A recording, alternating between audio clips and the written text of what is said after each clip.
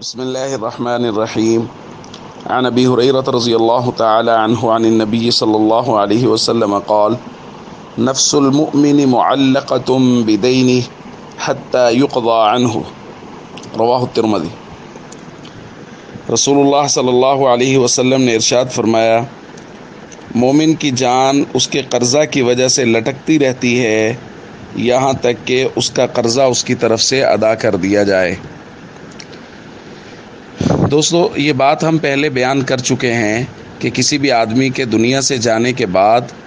جو چیزیں اس کے مال میں سے کرنا لازم ہے وہ اس کی تجہیز و تکفین ہے، اور اس کے بعد اس کے قرض کو ادا کرنا ہے۔ تو جو ورثہ ہیں، جو اس کے میت کے اگر بیٹے ہیں یا اس کے رشتہ دار ہیں، ان پر لازم ہے کہ وہ اس کے اوپر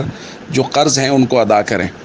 ہمارے یہاں اس معاملے میں بہت بڑی سستی پائی جاتی ہے کہ میت کے جو معاملات ہیں ان کو صاف نہیں کیا جاتا۔ بس اوقات ایسا بھی دیکھنے میں آیا ہے کہ بیٹوں کو آ کے کہا گیا کہ آپ کے والد نے ہمارے پیسے دینے تھے، تو وہ صاف مکر گئے، اس سے انکاری ہو گئے کہ نہیں جی، انہوں نے آپ کے کوئی پیسے نہیں دینے تھے۔ تو معاملات میں ہمارے یہاں لکھنے کا رواج ختم ہو گیا، جبکہ شریعت نے اس کو لازم قرار دیا ہے کہ کوئی بھی معاملہ ہو تو اس کو لکھ لینا چاہیے۔ تو کسی کے فوت ہونے کے بعد اگر کوئی آدمی اس کی طرف سے پیسے مانگنے کے لیے آ جائے کہ جی میں نے ان سے پیسے لینے ہیں، تو جو میت کے ورثہ ہیں ان کو چاہیے کہ وہ بجائے تحقیق میں پڑھنے کے ان سے وہ کہہ دیں کہ ٹھیک ہے جی، آپ کہہ رہے ہیں، ہم آپ کی زبان پہ یقین کر کے ہم ان کی طرف سے پیسے دے رہے ہیں، اور پیسے اپنے پاس سے تھوڑا ہی دینے، جو آدمی فوت ہوا ہے اس کے مال میں سے، اس کی وراثت میں سے پیسے دینے۔